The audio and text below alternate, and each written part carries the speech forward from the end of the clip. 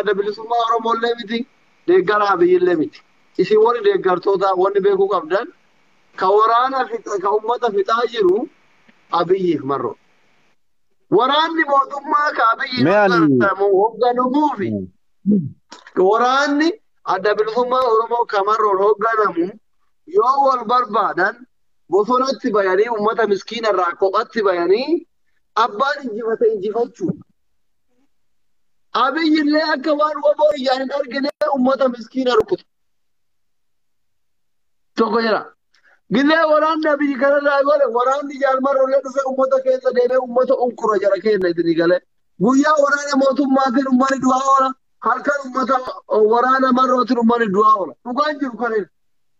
An dhugaan jiru kana kan argu kan itti amanu kana. So mee hawaasi gaafata asli akumaan. Amina. Marroo qofatti illee hin qabina Abiyyi qofatti illee quban qabina. Uummanni miskiinni kuni guyyaa waraana mootummaatiin dhumaa oola. Halkan waraana marrootiin dhumaa bula. Maataan sabaa jettan mamaa taatan jettanii. Mee uummanni miskiinni kun qe'ee ofiitirraa garam dhaquu qaba lamaaniif ta'an jiran jiran. Dhugaan jirtu kana dhugarraa maqina. Akkam goona. Kuni waan dhugaati Dr. Asli lamaanuu wal ta'anii fixaa jiran. Guyyaa waraanni marroo dhaqee fotoo keessatti ka'ee qawwee isaa ol qabee caffaree biraa deema. Halkan dhufee waboo asitti argine jedhee dhufee waraanni Abiyyis ummatuma nagayaa gidduutti fixaa jira. Tapha siyaasaati kun inumaa waan natti fakkaataa jira nama. Isaan guyyaa fotoo itti ka'aa oolan halkan dhummoo dirooniin ummata guyyaas halkan dhufanii asitti argine jedhanii ummata nagayaa kawaa takka nyaata ofiituu nyaatee hin bulle. Kawaan harka hadha liqimsee bulu hin dandeenye dhugaa rabbii lamaaniin gidduutti fixaa jiran. Ummata nagayaa ummata ulee mataa hin qabne ummata ulee manaa hin qabne mana keessatti fixaa jiranii. Wanni dhumataa jiru abbaan fedhe haa deeggaru. Ani eenyullee dhaaba kamillee keessallee hin jiru dhaaba kamillee hin deeggaru. Ummata nagayaattu sababa siyaasaan namni argita batuun ummata nagayaa mana keessa fixaa jiran. Isaan guyyaa fotoo ka'an mootummaan dhufee diroon irra deema. Akka nama dhaaba kamirraayyuu bilisa tokkotti akka nama tokkotti akka ilma Oromoo tokkotti furmaanni ummanni miskiinni qe'ee ofiitirratti du'aa jiru kun maali jettee tilmaama? Sagaleen kun ni jira doktor? Ni jira. Asirratti sakkasii adeemtu gaafii ammatti gaafate irratti mootummaan osoo sii galee waboon daraa olii kennuun hin jiru. Abdii daraan keetimi. Ilaali. Takkitti fixadhee baa takkitti anin fixadha. Fixadhu kee beek. Gaafii ati na gaafatteef mootummaa kana yoo ummataaf ka yaadu taate yoo ummata nagayaa kanaaf ka yaadu taate keessaa haa bayu ummata kana keessa deemee caakkatti galee ummata waraanaan walaa lolu. Kana malee wanni takka hin jiru sababa wabootiin ummanni keenya hin dhumin. Keessaa bahee achi deemee waraanni magaalaa keessatti miti biyya ganda keessatti miti ka wal lolu akka waraanaatti bakki waraanaa adda jira. Ummata keessaa bahee ummata keessaa fotoo ka'uu dhiisee yoo ummataaf ka yaada jedhu taate waboonu ummata keessaa bahee achi deemee caakkaa seenee waraanaan wal haa lolu yoo ka dhugaa ummataaf yaadu taate kanuma wanni jiru. Ummata keenya keessa seenanii fotoo ka'anii ummata ficcisiisuun dhugaatti waa tokko bu'aa takka illee hin qabu. Ummata keenya ficcisiisuu malee ummataafis yaadanii miti. Yoo ka dhuguma ummataaf yaadu taate waboon ummata keessaa bahee magaalaa keessa deemee asii achi deemee caffaruu dhiisee thank you galatoom gaafadhu dobbi. Yaa wanni si gaafachuu barbaadhiifa maasli wanni gaafachuu barbaade tokkoffaa caakkaa deemee caakkaa keessatti haa loluu uummata keessaa achaa bahuu jettan. Faannoon eessa jira? Uummata keessa jira moo caakkaa keessa jira? Faannoon maa inni aslan faannoo eenyutu uume faannoos ka uume mootummaa kenna mootummaan mee sababa kanaaf dhufee uummata keenya dhahin. Abbaatu kiyya na dhage eenyutu uume faannoon jenne nama gaafii kiyya clearly naa deebisi.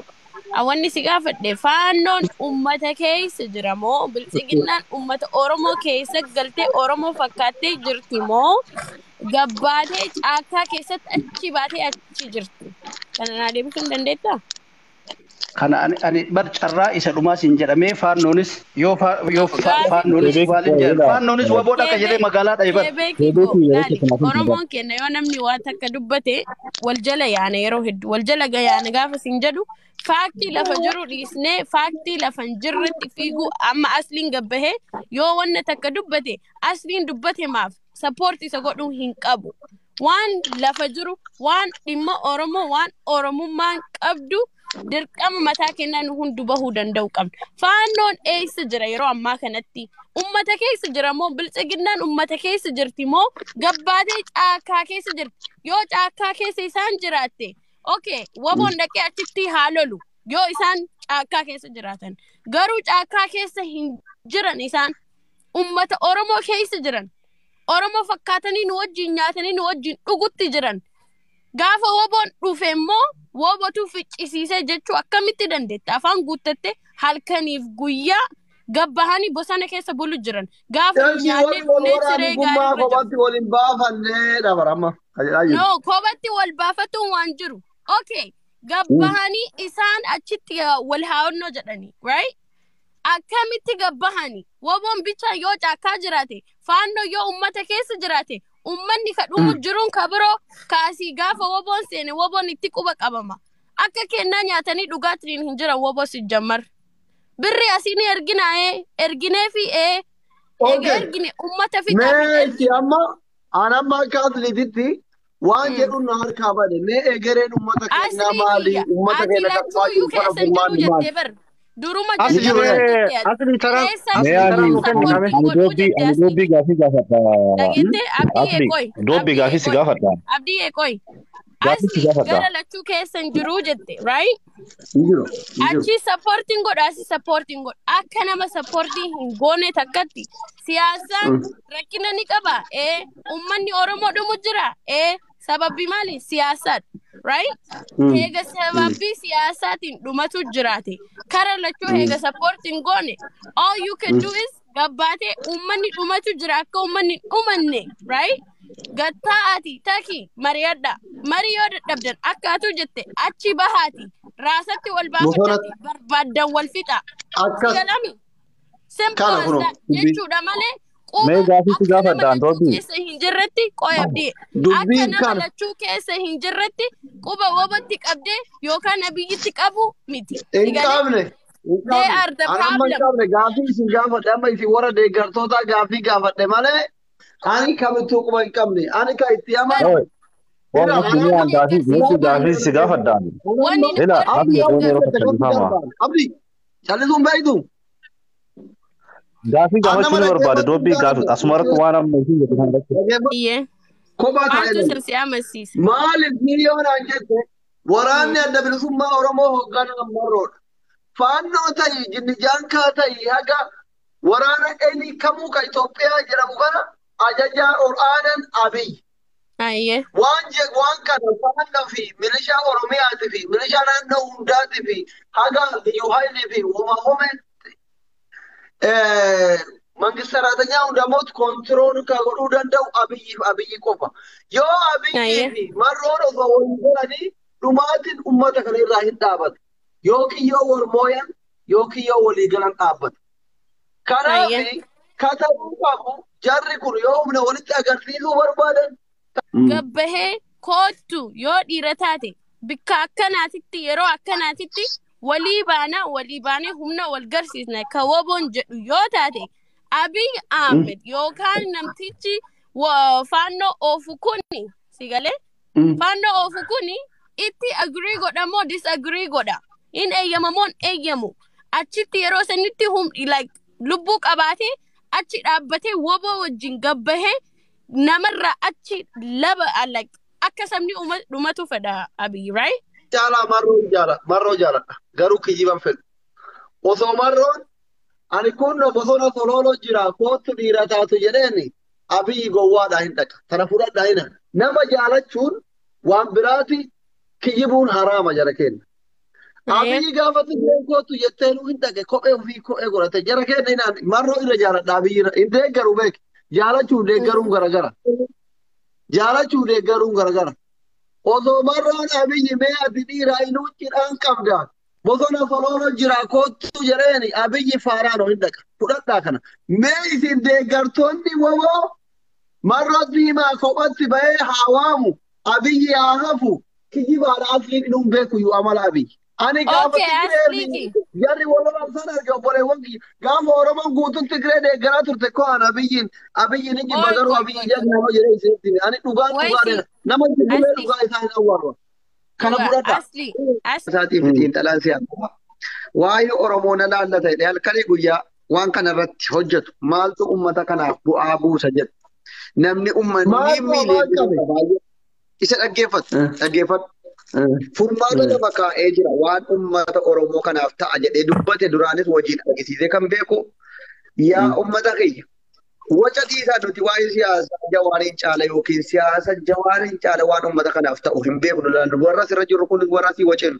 Jawaar ji'al tokko Ati natti fakkaata namoonni hedduun fakkeenyaaf sababa waan jiruudha kakaastanii. Waan amma Dr. Abdusseen kaase kana keessa wanti dhugaa kan namni hundinuu irratti walii galu ni jira. Fakkeenyaaf marii qofaa furmaanni qawween deema jiru si qawween san hayyootatu jee wamayyoonni jedheedha kan nuti hayyuu siyaasaati miti garuu waanuma quuqaan Oromummaa nutti dhaga'amuu fi anamma akka nama tokkotti paartii kamiyyuu hin deeggaru akkuma isin jettanii turtan. Tahee garuu namni nagayaa ajjeefamuudhaaf amma sababa waan jedhamu kana jalaa dhaaba. Sababaan ittiin lubbuun namaa ajjeefamtuun hin jiru. Addunyaa kanarra hin jiru. Ribeerolaan biyya kamuu keessa jira. Afrikaa tana keessa biyya hedduu keessa jira ribeerolaan. Irumaayyuu ribeerolaan sun tarii akka uummata miine kan uummata miidhoo tahee mootummatu uummata irraa eeguu qaba. Isa tochi dhagee fotoo ka'ee mootummaan akkas godhe. Baramma sirrii dharagaa bahaa fi jirtanii. Hin jiru kun addunyaarra hin jiru. Afrikaas tahee Afrikaa fakkeenyaaf amma biyya diktaatara Afrikaadha. Afrikuma fudhanname. Eeshiyaa fa'aa fudhanna biyyoota diktaatara nugusaa kanneen jechuudha. Hin jiru biyya kamuu keessa fedhee fotoo ka'ee fedhee viidiyoo of waraabee mirga isaati qabsootti jira inni akka isa fakkaatetti. Anamman deeggaru qawwee fakkeenyaaf anamma yoo dhugaa feetan. Garuu tahee sababa kanaatiif akkas godhe mootummaa yeroo jedhamutti uummata nagaa kan dhumaa jiru kanarratti qoosuudha ta'a. Sababaan tokkolleen kan namni ittiin ajjeefamu hin jiru. Sababaan daa'imti nagaa amma fakkeenyaaf sababaayyuu miti beeki itti yaadameeti walitti qabameeti akkasitti kan dhahamaa jiru. Itti yaadamee walitti qabameeti kan gartee duguugamaa jiru. Fakkeenyaaf warri mootummaa bilisiginnaadhaa gabaase laala.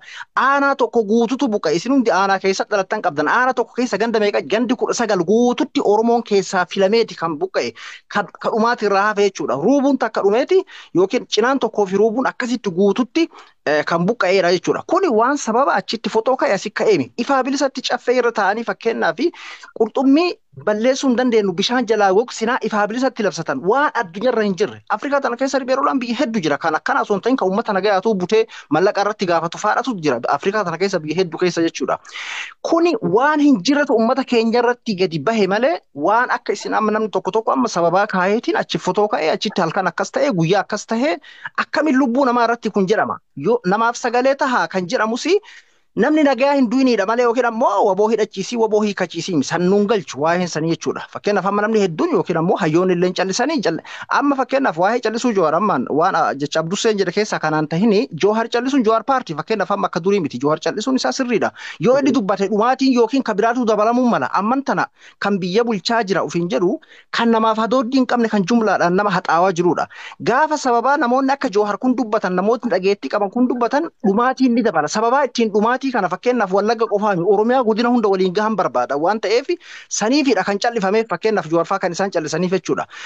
Kanaaf malee akkaataan amma namni itti deemeetiin sababa marroon akkas ta'ee yookiin ammoo abiyyi akkas ta'ee marroo fi abiyyi miti. Marroo fi abiyyi fedhan magaalaa keessa walaarolan fedhan baadiyaa keessatti walaarolan. Uummanni nagayaa sababaan hin jiru sababaan ilmi namaa ittiin ajjeefamu. Biyya gurguddoo faa keessa taa'ee amma namni biyya dimokiraasii faa keessa taa'ee sababa lubbuu namaa hogguu lafa kaahu qaanyiidha kun namni nutti koflayaa jira keenya. Haga danda'ameen namni nagayaa ajjeefamuu hin qabu. Seeruma biltsiginnaa isuma gartee badhaadhinaa mi fakkeenyaaf baramma fotoo nama ibiddaan gubanii wajji suuraa ka'uun baramma kaayoo badhaadhinaa fakkaatan fakkeenyaaf agartanii ammaa waan deemaa jiru. Yooma akkaatuma seera badhaadhinaatitti kun yoo seerri kun kitaabarra jiraate haa godhan garuu yoo kitaabarra hin jiraatin akkuma seera badhaadhinaatitti kun akka hin taa'amneedha kan uummata nagayaatiif dubbatamuun barbaachise malee waa'ee paartiitiin wal qabsiisuun kenna nama nagayaa kan dhumaa jiru qoosuudha. Ammallee kun miidhamuu Wallaggaa miidhama Oromiyaati malee miidhama qabalee tokkoo yookiin miidhama ganda tokkooti miti.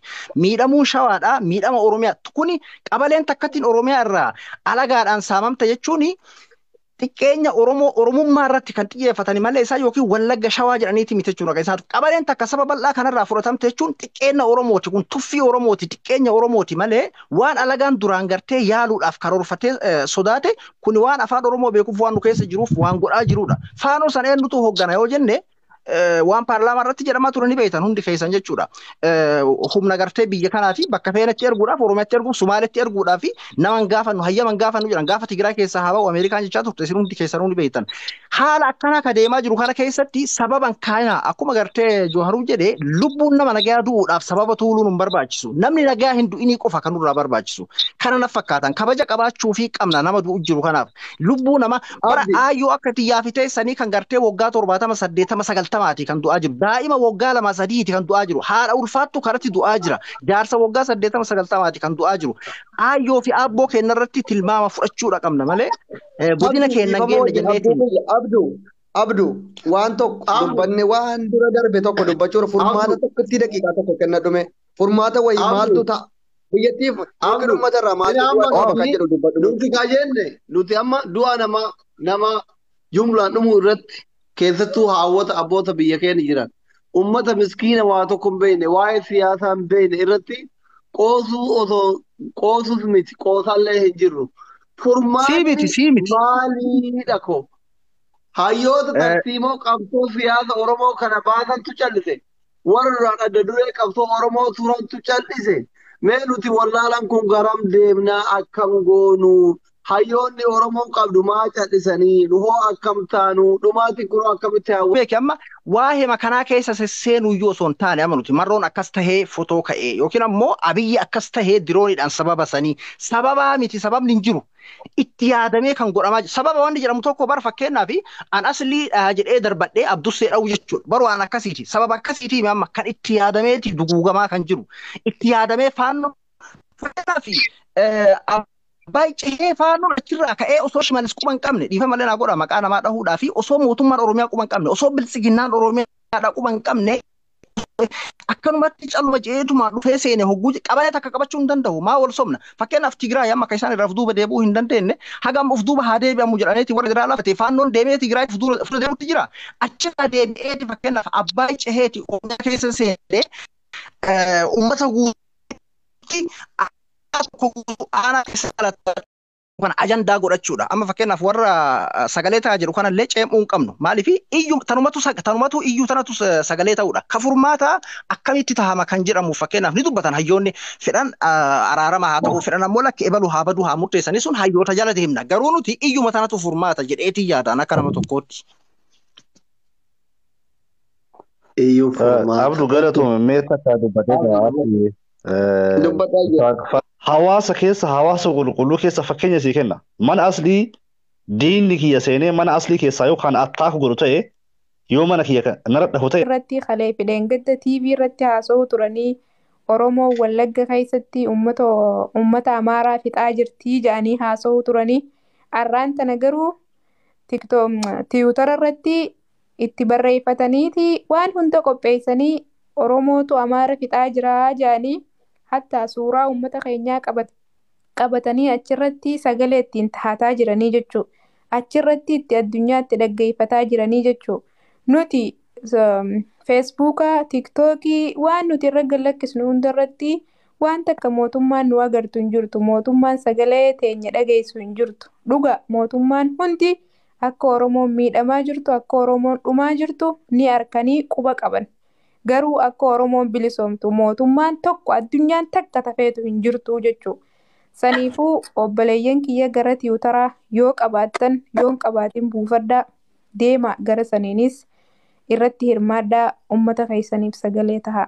Wannu takkaaf takka sagalee walii tahuu wal cinaa dhaabbachuu wal quba qabaachuu malee Oromoon mootummaa takka illee hin qabdu ollaa takka illee hin qabdu ollaan isii hundi bineensa ollaan isii hundi warruma isii nyaatuu barbaadu warruma isii xuuxuu barbaadu. Badhaadhuma maaliin nutti bu'e laata tariinuu kun abaarsa qabna fakkaata akka taane olaallee yaanni nuun fagaata rabbiinuu kennee furmaata.